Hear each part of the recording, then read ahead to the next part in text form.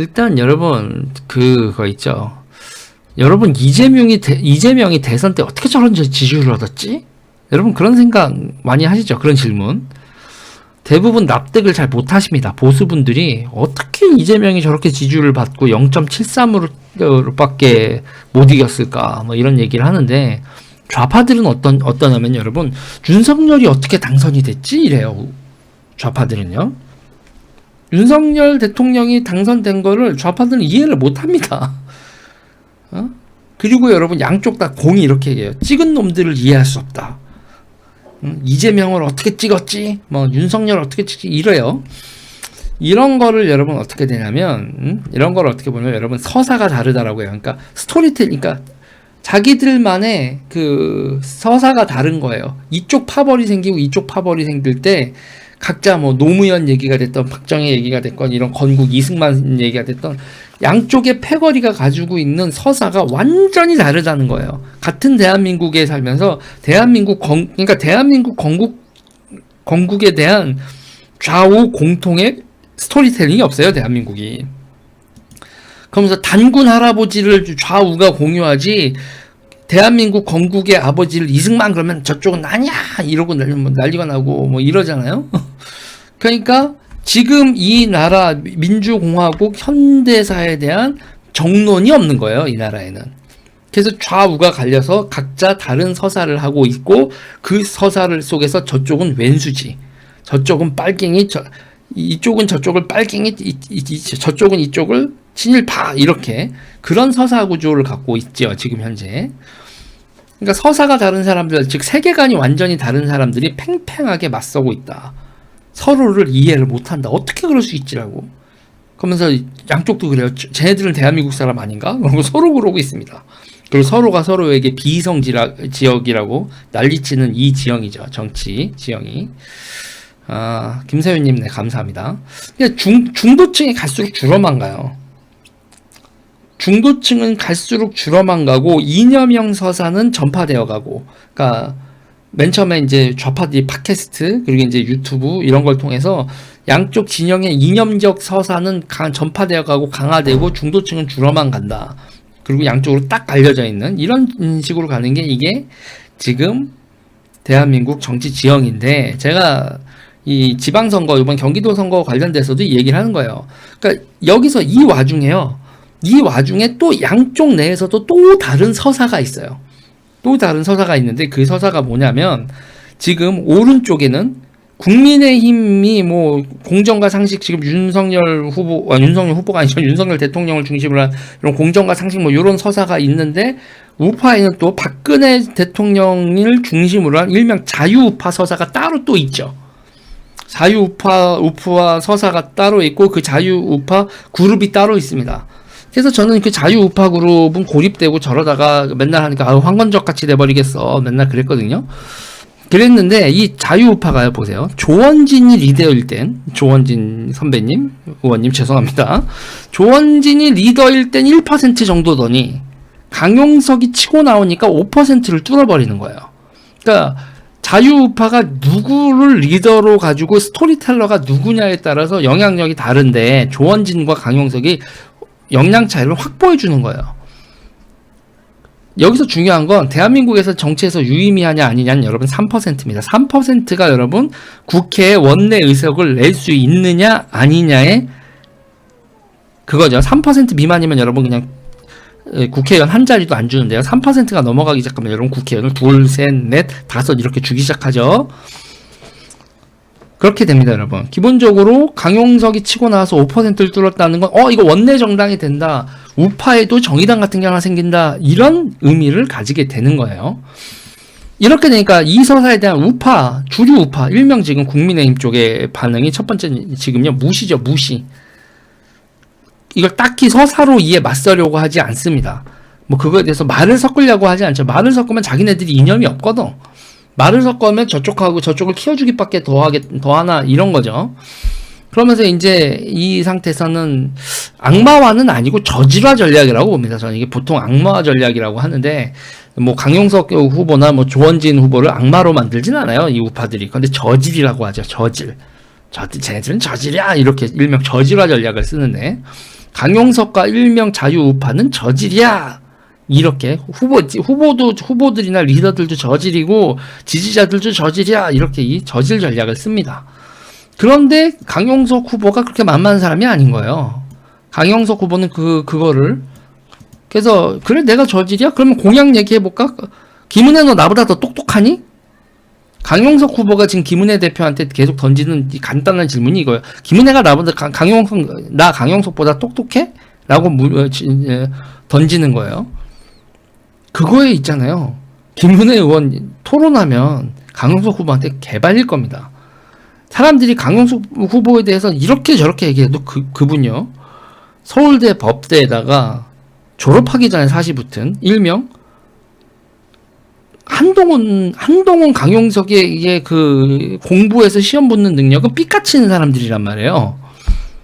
강용석이라는 사람이 서울대 법대에서도 지력으로는 그 똑똑함으로는 최고 정점을 찍는 수준의 사람이었던 사람이란 말이에요. 후배들도 그 용석이 진짜 똑똑하지 이랬었던 그 서울대 법대 5부 였었던 사람인데 솔직히 정치 인생이 지금 꼬였지. 정치 인생이 온판 꼬이면서 쟤는 똑똑은 한데 인성이 뭐 이런 식으로 분류되고 좌파들한테 매장당하고 그리고 이제 이렇게 색드립 몇 번에 그거에 색드립과 뭐 성 스캔들과 뭐 이렇게 아니 성 스캔들은 아니고 연애 스캔들 뭐 이런 게 나오면서 그냥 막 그렇게 됐지만 그 똑똑함이나 이런 거는 김은혜 후보가 감당할 수 있는 후보가 아니에요, 솔직히. 김은혜 후보의 지력으로 강용석과 지력 대 지력으로 토론을 붙는다? 아, 그거 악몽이지. 그러면 뭐냐면 자유우파는 저질이야 전략이 강용석한테 잘 안 통해. 사람들이 강용석 후보를 인성이니 뭐 행실로 저질인다라고 얘기할 수 있지만 스펙으로는 하버드까지 갔다 왔는데 스펙으로 저질이야가 안 돼. 강용석은 행실은 막 나가는데 말하는 거나 그래서 정책 얘기를 하면 강용석이 저질이라는 게 잠깐만 내가 제 저질이라고 생각했는데 내 머리가 흔들려 이렇게 되는 거거든 이게. 그러면서 지금 강용석이니까 강용석을 악마화하기도 우파에서 악마화하기도 좀 애매하잖아. 아 이때까지 저질화 전략이었는데 이걸 그 저질화를 어떻게든 뚫고 지금 강용석 후보가 5%의 활로를 내고 있죠. 근데 이제 보세요. 좌파에도요 서사가 두 개가 있다고요. 좌파에는 서사가 여러분 두 개가 있는데 하나가 뭐냐면 민주화 서사가 있고요. 하나는 주사파 서사가 있죠. 그러니까 주사파는 민족 해방 서사, 그리고 민주당은 민주화. 그런데 이 민족 해방과 민주화 이 두 개가 지금요. 김대중이 썼었던 그 민주화 서사와 그리고 이 주사파 운동권의 민족 해방 서사가 지금 하나로 거의 합체를 하고 있죠. 그래서 좌파는 어떤 현상이 벌어지고 있냐면 소수 정당이 1% 내외예요. 그러니까 저희 진보당이 됐든 뭐 민중당이 됐든 뭐가 됐든 거기 뭐 해봐야 정의당 어쩌고 했지. 정의당도 찌그러져서 거기도 이제 1%, 3% 못 넘는다고 봐요. 정의당 다음 선거에서 저는. 그러니까 1% 내외의 소수 정당 표가 나오는 좌파, 그리고 5% 내외의 소수 정당 표가 나오는 우파 이렇게 되는 거죠. 특히 대선에서는 우르르 다 나와서 저쪽도 다 합치면 군소정당 다 합치면 정의당 합치고 진보당 합치고 뭐 하면 군소정당 5%가 좌파도 나오는데 이 지방선거는 아예 후보를 안 내놓으니까 저쪽은 1%의 소수정당 이쪽은 5%의 소수정당이 있는 사자 구도로 선거를 치르면 어디가 기본적으로 더 유리해요? 저쪽이 더 유리한 거죠. 지금 이 구도가 대한민국 정당은요 거대 양당과 끄트머리에 그 좌우 양당이 있고 그 양당을 야 니네가 무슨 좌파야 니네가 무슨 우파야 찐 우파 찐 좌파를 주장하는 소수 정당이 하나씩 있는 사당 체제가 기본적으로 대한민국 이 선거제에 대해서는 디폴트고 그게 흔들렸다가 커졌다가 그러니까 쪼무레기 같았던 양당이 커졌다가 쭈그러들었다 커졌다 찌그러들었다 하면서 양당 체계를 기본으로 사당 체계가 출렁거리는 게 지금 대한민국의 정치 구도거든요.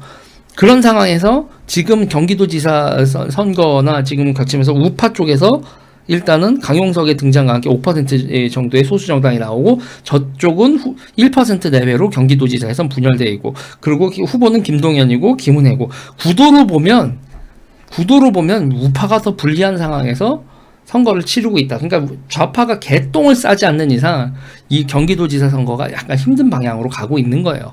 그러면 강용석이 가지고 있는 5%의 그 지지율을 어떻게 국민의힘은 컨트롤할 것인가? 그거에 대해서 자신이 없는 거예요. 왜 자신이 없냐면 보세요. 민주당이 주사파한테 먹혔죠.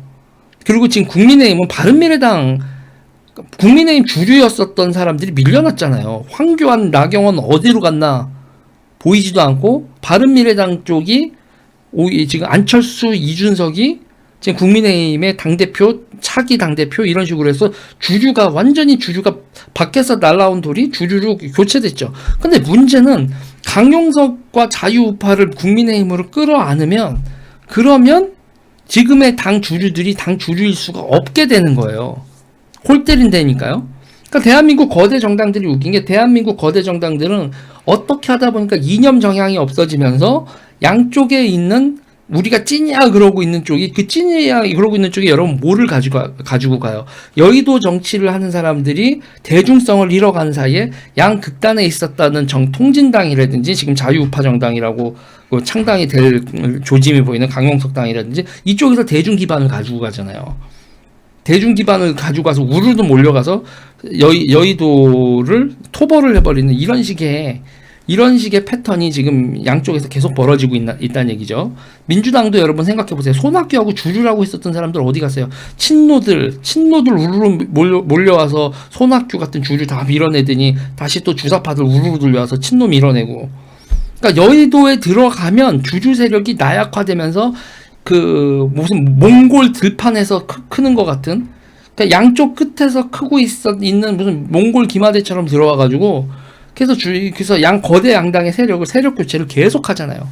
선거를 치를 때마다 거대 양당은 우리 여의도에서 이미 똥 싸지른 게 너무 많고 달콤하게 많이 먹긴 했는데 우리 이미지 개똥막 났다. 어떡하지? 외부에서 수혈받을까 하다가 보면은 외부 세력들에서 여의도 이 썩은 새끼들이랑 물러나 그러면서 주기적으로 거대 정당의 주주가 계속 바뀌는.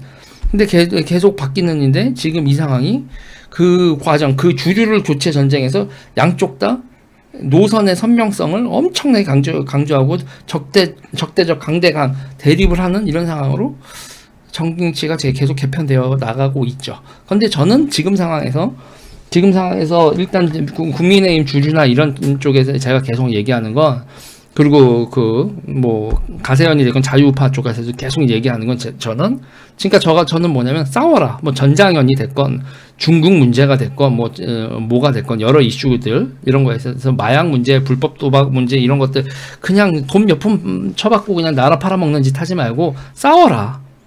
그리고 미중 패권 갈등 상황에서 중국하고 싸우고 대한민국의 이 자유민주주의를 어떻게 지킬지, 이 정체를 어떻게 지킬지 싸워라. 싸우지 않으면, 그리고 뭐가 뭔지도 모르면서 휩쓸려 가고 각자 여의도에서 한자리하고 정치적으로 자기들 한자리 하는 것만 너무 집중하지 말고 나라를 지키는 이런 전쟁을 해라라고 하면서 저는 그냥 이슈만 던지고 이러는, 그냥 어느 새끼들 믿을 수 없네 이러면서 누가 동맹이야 이러면서 그냥 방관하면서 계속 이슈를 던지고 있는 상황인 거고.